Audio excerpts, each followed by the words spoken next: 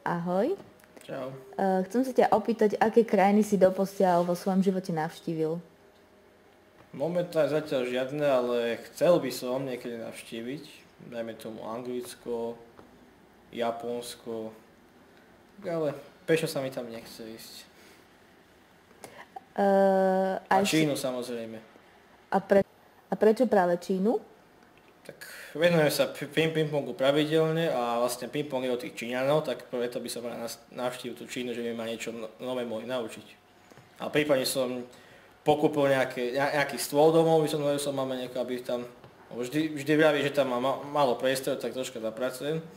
A kúpil nejaký dobrý poťah od nich, nejaké loptičky, dresy a tak. Dobre, ďakujem veľmi pekne za rozhovor. Nemáš za čo, ahoj.